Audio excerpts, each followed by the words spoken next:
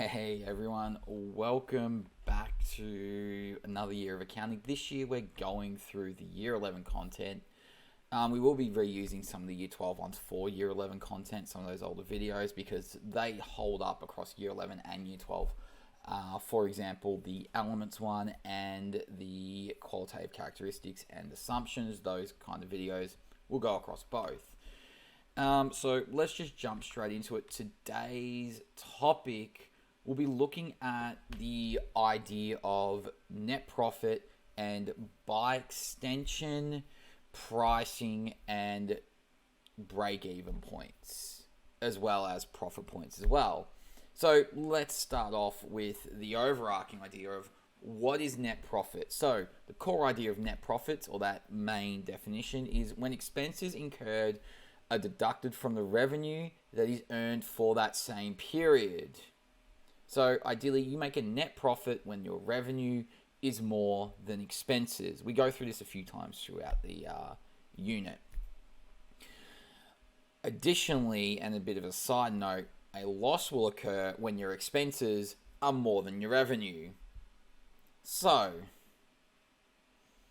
additionally, as a business owner, we will want to know how much will I need to sell or produce in order to earn a certain amount of profit, and also what will I need to sell or produce to break even or make a profit. So we're going to be looking at that. But I guess it begs now the question of, how do I price our products? And we're going to break this down here.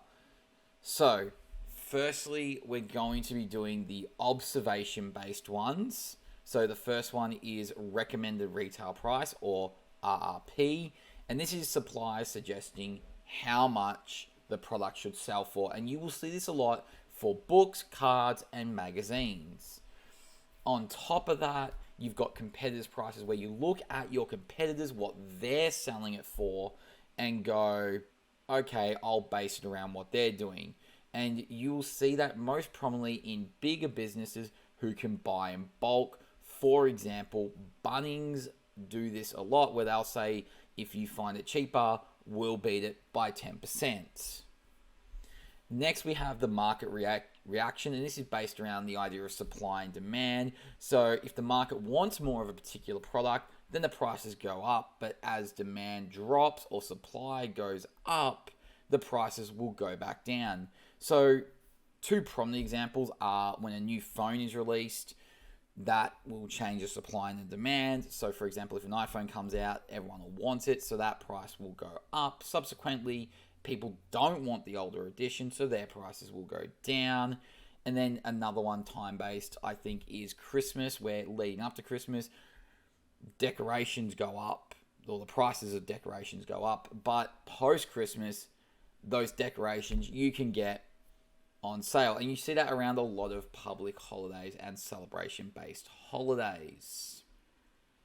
Now, let's move over to the main point. We're going to be looking at the idea of quotes, markup, and then by extension the cost volume profit analysis. So for quotes, the idea of a quote is you factor in different aspects of making a product, and the quote would fit the bill because it estimates the costs along with the ability for the business to make a profit. So it will include the cost of labor, the cost of materials, and the desired profit. And then you can quote the job. It should be noted, though, that these quotes can end up tied in the competition depending on the profit desire to make profit. So you can lose out jobs if your quote is too high. When we do the quote example, I'll show you what we mean.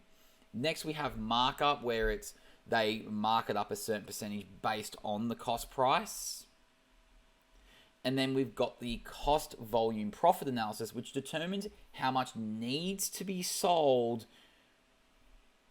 to make a profit. Additionally, we can also use this to determine what we need or how much we need to sell for. And this takes into account things like fixed costs, which is your bills, and the variable cost per unit. So I think now is a really good time to transition into our worked examples. So the first worked example we're going to do is around quotes. So firstly, we're going to look at this example on screen. JB Electrics has been asked to supply and install 10 new lights, and the owner has estimated the following costs for the job. Firstly, the cost of lights, which is $50 per light fitting. The cost of cable and attachments, which is $8 per meter. The cost of labor for the electrician, which is being priced at $35 per hour. The owner estimates that the job can be completed in 4 hours using 20 meters of cable, and the owner's minimum desired profit equates to $720 over a 36-hour week. So we've got three types of labor, two materials, one labor, and desired profit. So if we bring up the calculations here, you can see the 4 hours by $35 per hour. That's the electrician labor. That's $140 total. The materials, 10 lights by $50 per light. Right there. That is $500. So it was $50 per light fitting. And then cable and attachments, 20 meters times 8 per meter is $160. But then the desired profit is, if they were working, how much would they want to make in lieu of that? Because if they're running their own business, they're not working, they're not gaining employment. So this would cover their costs. So 720 divided by 36 is $20. $20 times 4 is 80. And if we add those up, we see the total quote would come to 880. So let's move over to markup. So let's put on the screen, let's put the markup formula, which is selling price equals cost price times 1 plus percentage markup. This is also the same formula we will use for GST later on. It can also be transposed to calculate the cost price, or that is selling price, over 1 plus percentage. And then alternatively, if we need to calculate the markup, all it is selling price over cost price minus 1. We will be interacting with all three of those formulas on the screen now throughout the year. But at the moment, we're only going to be doing cost price and percentage. And you see here, B business decides to sell shirts but is unsure what price to sell for. They are purchasing the shirts for $20 and plan to have a markup of 50%. So we've been given $20 cost price and a 50% markup. So you're just plugging in those numbers. Now, please remember, it's not 1 plus 50, it's 50% as a number, which is 0.5. So if you're unsure, percentage over 100, just to get that number. In this case, we know 50 over 100 is 0.5. So we'll skip that step. So 20 times in brackets, 1 plus 0.5 makes 1.5. 20 times 1.5 would be $30. Please remembering to put the dollar sign in your final answer. I won't look at that so much in calculations, but your final answer needs that dollar sign. We're then going to move on to the cost, volume, profit analysis. This one is going to require the most work, so just be mindful of that. The cost, volume, profit analysis helps us determine what we need to sell, in brackets volume, or what we need to charge, selling price, to make a certain level of profit. And you can see on the screen here, we've got the base formula. So quantity to be sold, you got the total fixed cost plus profit over selling price per unit minus variable cost per unit. So there's a few terms being thrown out here. Let's start with fixed costs. And these costs occur regardless of how much is sold and normally are displayed in a per week, per month type scenario. Rent, wages, insurance being the most common. Variable costs are costs that only occur when a product is sold or produced, normally displayed as per unit or per 5 units, 10 units, and so on. The profit, this is how much the owner business wants to make for the month or that time period after deducting expenses from revenue. And the selling price, how much the business plans to charge per unit to the customer. So one in sidebar here, looking at the example I'm about to put on the screen, please take out GST. All you need to do is divide by 1.1 if it says include GST, otherwise minusing as required. So we've got the example on the screen now. Terry Wilson makes birdhouses. He has done some preliminary costing and has come up with the following estimates. And we can see we've got rent of factory space $300 per week, timber $9.90 per birdhouse, and that includes 90 cents GST. Varnish and paint $4.40 inclusive of GST, and that's per birdhouse. The hire of the market stall $60 plus GST per week. Transport costs $40 plus 4 GST per week. And nails, screws, and handles $2.20 including 20 cents GST per birdhouse. So he also plans to sell each birdhouse for $27.50 inclusive of GST. So the only ones, firstly, we need to take GST out of here is when it says including GST. And if it doesn't give the amount, you divide by 1.1. So for varnish and paint, for example, it says $4.40 inclusive of GST. $4.40 divided by 1.1 will be $4. But you wouldn't need to do that for something like timber because it says including 90 cents GST. So you're just going to take that out yourself. Just a little sidebar about GST there. So we can see here, we divide these up into the fixed costs, which is the rent of factory space, market stall, and transport costs, port costs per week, and we come up to $400. But the variable costs will be the timber, varnish and paint, nails and screws, also per birdhouse, and that comes out to $15. So those are the two numbers, $400 and $15. What is the selling price now? Well, we see the selling price is $27.50 inclusive of GST. Divide that by 1.1 gets us $25.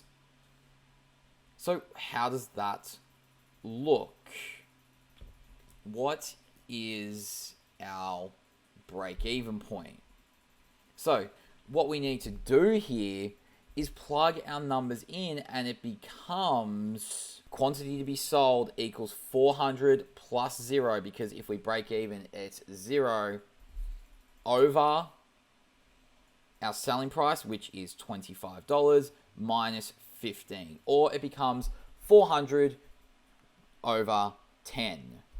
And that would mean the break-even point would be 40. So that's just a little reminder there. Now, what if we change a few things? What if we want to find the selling price? And in this case, Terry tells us, hey, I want to make $500 per week and I want to sell 50. How does that formula look? Well, quite simply, we leave selling price as the one we need to find, and we put 50 at the quantity, so it becomes 50 equals 400 fixed plus 500 profit he wants to make over selling price, which we don't know, minus 15. And then it's just working around, and eventually we get to selling price equals 18 plus $15. You can see on the screen here, we're just transposing all the information to get to an end point. Now, we can see here, how do we apply this to an income statement? Quite simply, we see the sales revenue is 33 per birdhouse times 50 sold. That's our sales revenue less our variable cost, which is $15 per birdhouse, and that was from here, the variable cost. And you see 15 by 50, 750. So we see our variable profit is $900. Next, we do our fixed costs, and we see those total 400, and that doesn't change regardless of how many we sell. And we can see this 400 also lines up with the fixed costs on the screen now. And then our net profit or loss for that month will be $500. This is a very basic income statement. We will touch on that more as the semester goes on. Now, the last thing I want to show you is the cost volume profit graph. And it looks very complicated, but it's quite simple, quite manageable. We can see here the blue line is fixed, and that is always the same number. We see variable, which goes up in line with what we sell or produce, and that is represented by the orange line. The gray line is when we add up the blue and orange amounts for our total cost, and then the revenue line is represented by the yellow. So where is the break-even point? Quite simply, the break-even point, if we have a look, is where the yellow line and the gray line cross over. So every point the gray line is higher than the yellow line, that is a loss. Every time the yellow line is higher than the gray line, that is a profit. So it's just being aware of what this graph looks like, how to explain it, how to estimate. So for example, we can see here the break-even point in this example is about 40, because that's where the yellow and the gray line cross over. And then everything after that 40, yellow would be higher, that is profit. So that is a nice brief intro into profit, break even, and understanding what is happening, how to do essentially quotes, and also our first steps into markup. So we've got the cost volume profit analysis as well. So for more videos like this, make sure you subscribe, and I will see you next video.